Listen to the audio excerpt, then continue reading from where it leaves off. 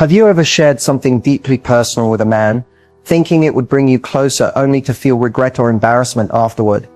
You're not alone. In a world that constantly tells women to be open, vulnerable, and emotionally available, there's an underrated power in holding certain things back. Not because you're hiding who you are, but because not everything needs to be on display.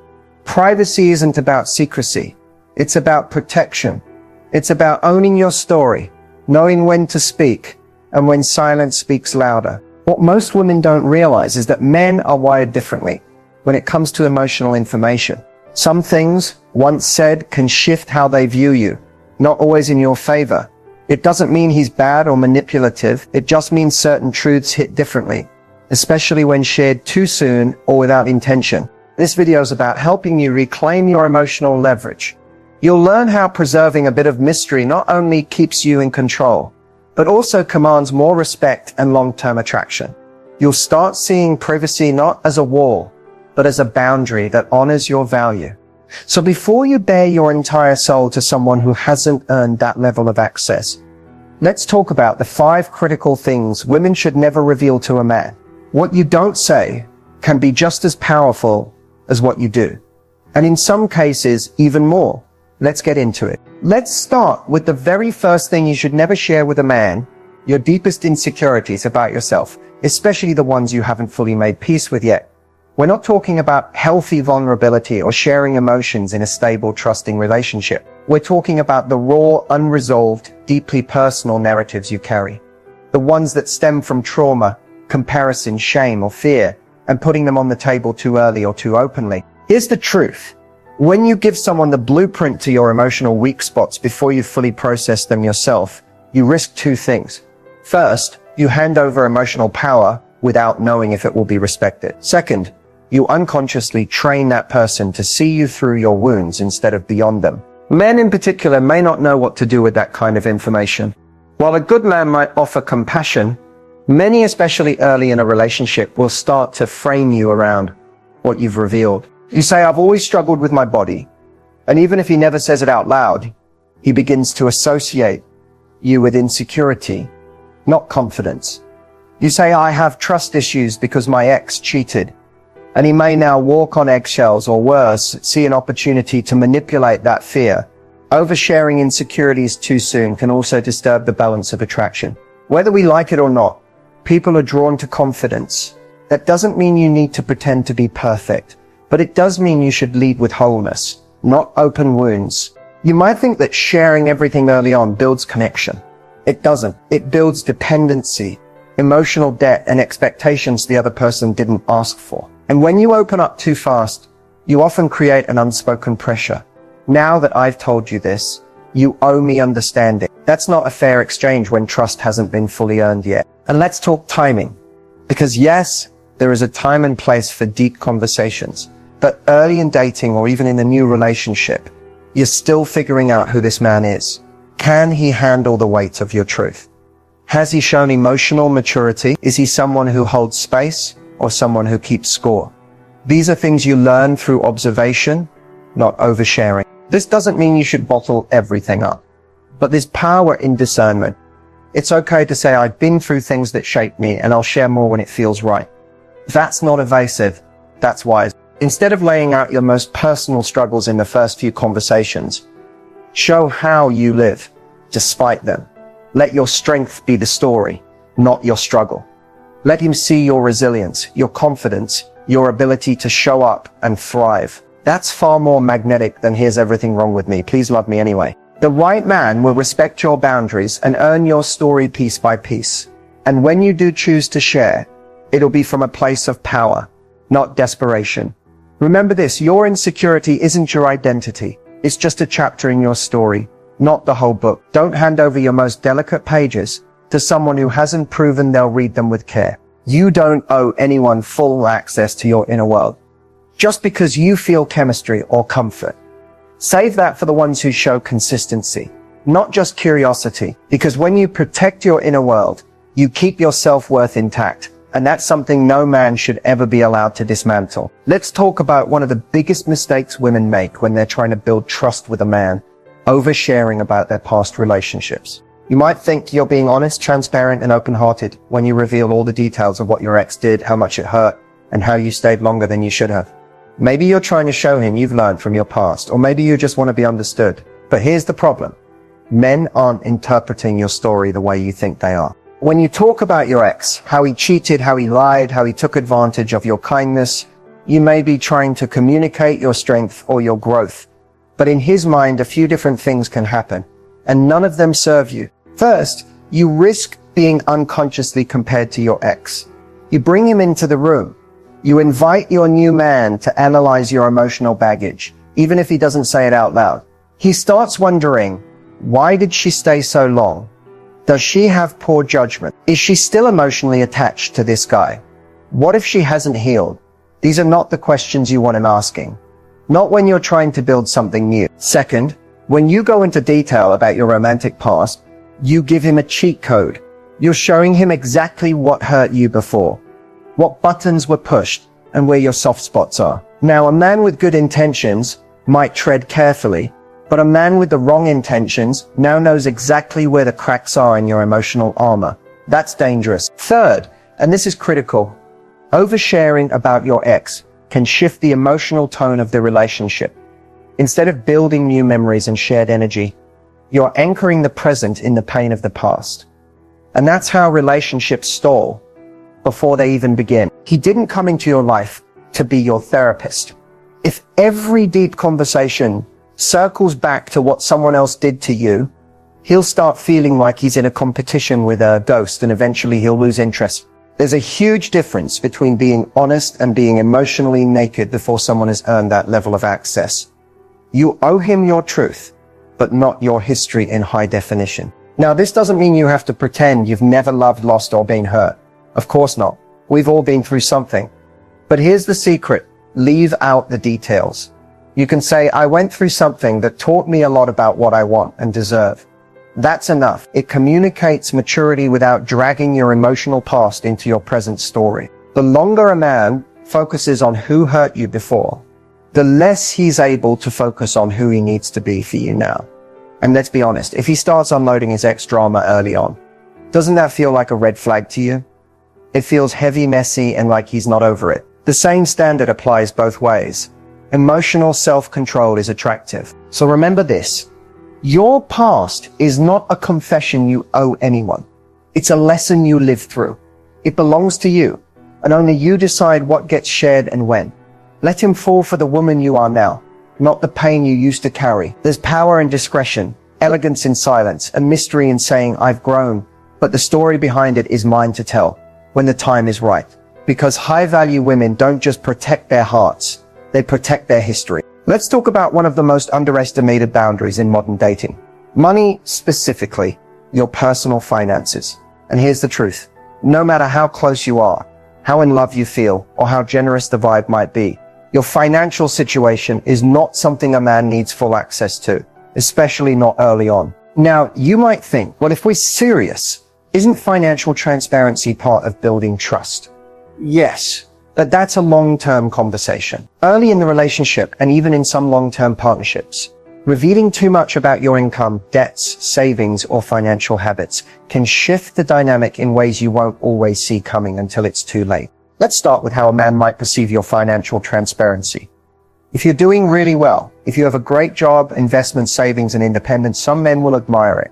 But others may feel threatened, insecure, or competitive. Whether they admit it or not, a lot of men are still wired to see themselves as providers. And if you're positioned as someone who doesn't need them, they may begin to question their role in your life. Suddenly, your success becomes a silent tension point. On the flip side, if you share that you're struggling financially, whether it's debt, job instability, or past money mistakes, you may think you're being open and relatable. But depending on the man, that can instantly shift how he sees you. He may begin to view you as a burden, or someone who needs saving, or someone who isn't on his level. Even if he doesn't say it out loud, the vibe changes. And sometimes that changes everything. But there's more. Once a man knows your financial habits, how much you make, how you spend, what you've saved, he might start making subtle judgments, or even using that information to manipulate situations. He might say, well, you can afford it. Or didn't you say you make more than me? Suddenly, your money becomes ammunition in conversations or justification for imbalanced effort. And that's a red flag. Another danger? Entitlement. If he knows you have money, he might expect you to cover more, pay for dinners, trips, bills, or help him when he's low. And if you've been raised to be nurturing or generous, it's easy to slide into that role without realizing you're being taken advantage of. The reality is, financial boundaries are just as important as emotional ones. You can love someone and still protect your independence. You can be generous without being exploited. And you can support a partner without surrendering your privacy. So what should you share and when? Here's the golden rule. Share your financial truth only after trust, consistency, and aligned values have been clearly established. Not just words, proof. That means you've seen how he treats money, how he reacts to stress, how he handles responsibility, and whether he respects your independence. Until then, keep it simple. I'm financially stable and I make decisions that align with my goals. That's enough. You don't need to reveal your salary, your credit score, or what's in your account. That's information for serious partnerships, not casual dating or emotionally premature connections. Because once money enters the conversation too early, the relationship starts operating under assumptions, expectations that weren't clearly agreed upon. And that's how resentment grows. Protect your peace, protect your wallet, and most of all, protect the privacy that keeps your power intact. Your money is your business, period. One of the most silent relationship killers, something most women never see coming, is this sharing what your friends think about your man. It sounds harmless. You're venting. You're seeking support. Maybe you're just passing along a comment from your closest friend. But when you let a man know what your friends really think about him, or worse, that you've been discussing your relationship behind his back, you unknowingly plant a seed of doubt, division, and defensiveness that's hard to undo. Think about it. Your man is opening up to you, not to your friend group.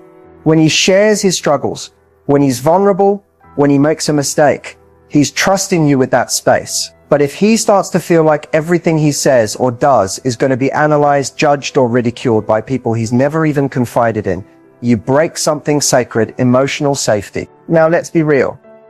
We all need someone to talk to, and your girls are often your sounding board.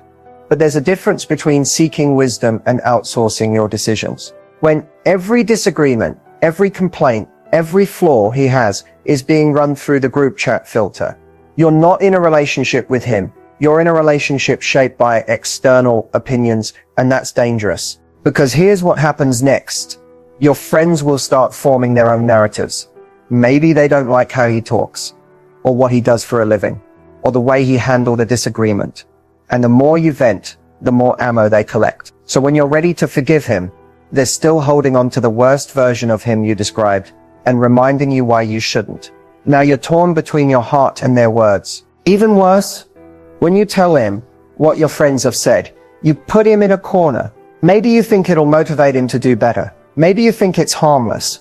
But from his perspective, it feels like betrayal. Like he's being judged by people who don't know him. Like his relationship isn't between two people. It's between him and a jury of women he didn't ask to be part of. Men don't forget that kind of exposure. They'll withdraw. They'll get guarded. And sometimes they'll stop showing up emotionally altogether because they no longer trust that their truth is safe with you. Now let's flip the lens. Imagine he was telling his boys everything about you. Every fight, every flaw, every personal detail. And then he told you what they all thought. Would you feel safe? Would you want to open up again? Probably not. Emotional loyalty means knowing what to keep between you and your partner. It means protecting the sacred space of your relationship. Even when you're angry, even when you're unsure, that doesn't mean you suffer in silence or ignore red flags. It means you confide wisely. Choose one trusted, mature voice, not a whole audience, someone who gives grounded advice, not emotional reactions. And most importantly, it means never using your friends' opinions as weapons in an argument. Saying, well, my friends think you're immature, or they all say I can do better, doesn't help you win. It guarantees you both lose. Because even if he forgives you, those words stay burned in his memory. Your relationship is your journey, not a group project. Protect it, respect it. And sometimes the most powerful thing you can do is keep what your friends say exactly where it belongs, in private. Because love can survive many things, but public scrutiny isn't always one of them. Let's get real for a second. Every woman has insecurities. Whether it's your body, your past, your voice, your laugh, your career, your family, there's something that makes you feel less than on certain days. That's human. That's normal. But here's what's not helping you in love. Wearing those insecurities on your sleeve and serving them up to a man as if they define you. We live in a time where vulnerability is praised, and yes, vulnerability can build intimacy. But there's a fine line between being emotionally open and emotionally exposed. Oversharing your insecurities, especially too soon, doesn't make a man feel closer to you. It makes him see you as unsure of your own worth. And that changes the entire emotional tone of how he relates to you. When you say, I know I'm not that pretty, I'm probably too much for you, or you'll probably leave me like everyone else, what you think you're doing is being relatable or self-aware. What you're actually doing is teaching him how to view you. You're writing the script for how he should treat you. You're silently saying, I don't think I'm enough, so you probably shouldn't either. And that energy, it's repellent. Not because your flaws are unlovable, but because your self-perception becomes his first impression. It's hard to admire someone who constantly signals they don't admire themselves. Now here's the kicker. Most men won't tell you that your oversharing is making them pull away. They'll just fade. They'll get quiet. The chemistry will start to feel forced, and you'll wonder what you did wrong, when in reality all you did was open a door that he wasn't ready or able to walk through. Men want to feel like they're building something with you, not constantly trying to lift you out of emotional quicksand. They want a partner, not a project. When you dump all your unprocessed insecurities on him, you're asking him to fix something that only you have the power to heal. And yes, you deserve someone who holds space for you. Someone who sees your softness and loves you through it. But here's the secret. That kind of love starts with you. You have to show up rooted in your own worth, not hoping someone else will water your confidence for you. You don't need to announce your insecurities for them to be valid. You don't need to pre-apologize for existing. You don't need to reveal every doubt in your head just to prove you're real. Being real means owning your presence, not shrinking from it. If something about yourself makes you uncomfortable, you get to work on it privately or share it in pieces with someone who's earned the right to hear it. Because the more emotionally naked you are with someone who hasn't shown depth, safety, or consistency, the more likely you are to feel exposed, misunderstood, or worse, used. So here's what to do instead. Focus on who you're becoming. Lead with the strength you've built through your journey, not the wounds that still ache. Let your energy say, yes, I've struggled. Yes, I've doubted, but I'm still standing. And I know what I bring to the table. Because the most magnetic thing a woman can ever be is secure in her silence, secure in her value, secure in knowing that she is enough without needing constant reassurance. Oversharing doesn't make you lovable. Self-trust does. Let him fall for your light, not the shadows you haven't made peace with yet. You've made it this far for a reason. Maybe part of you already knew that you've been giving too much of yourself away, too soon, too freely, too openly. Not because you're weak, but because you're human. And because, as women, we're often taught that love means total access. That if you really care, you should open every door, share every secret, and give someone the full map to your soul. But here's what no one tells you. Real love doesn't require you to give away your power. In fact, the right man won't want it.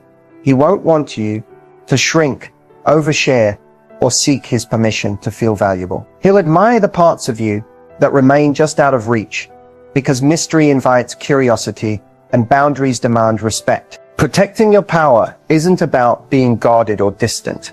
It's about being intentional. It's knowing that your story is sacred. Your emotions, your past, your insecurities, your finances, your friendships, those aren't casual talking points. They're pieces of your identity. And if someone hasn't earned the right to hold them with care, they haven't earned the right to know them at all. You don't need to prove anything to be loved. You don't need to perform emotional gymnastics or hand over pieces of yourself hoping someone will stay. The right person stays because of your energy, your presence, your peace, not because you gave them backstage access to your every flaw. You are allowed to be kind and discerning, soft and self-protective. You can laugh, love, connect deeply, and still hold a part of yourself back. Not because you're hiding, but because you're honoring yourself. Your mystery isn't a manipulation tactic. It's the quiet confidence that says, I know who I am and not everyone gets the full version of me. That's not cold, that's powerful. And ironically, it's that energy that draws in a partner who's worthy of knowing more. Because when a woman knows her value, she doesn't need to overshare to keep someone interested. She doesn't rush to give away her story. She lets it unfold, page by page, to someone who's proven they'll treat every word with respect. Protecting your power is about knowing the difference between openness and vulnerability, between sharing to build connection and bleeding out in hopes of being rescued. It's about recognizing that silence can speak just as loudly as confession, and that sometimes the strongest thing you can do is simply say nothing at all. So take a moment. Think about what you've been sharing. Think about who's been getting pieces of you they didn't earn, and ask yourself, what have those conversations cost you? Your peace, your confidence, your emotional leverage. It's never too late to take your power back. You don't owe anyone a minute excess. You don't need to explain your boundaries. And you don't need to apologize for keeping sacred things sacred. You are the prize. Your presence is enough. And your power, it's not in how much you give, it's in what you choose to protect. So as this video ends, make a choice, not to close off, but to close ranks. Tighten your circle, sharpen your standards, hold your truth like the crown it is. Let them earn the right to know you, because you are worth that level of respect. And from this moment forward, you don't hand over your power, you wear it.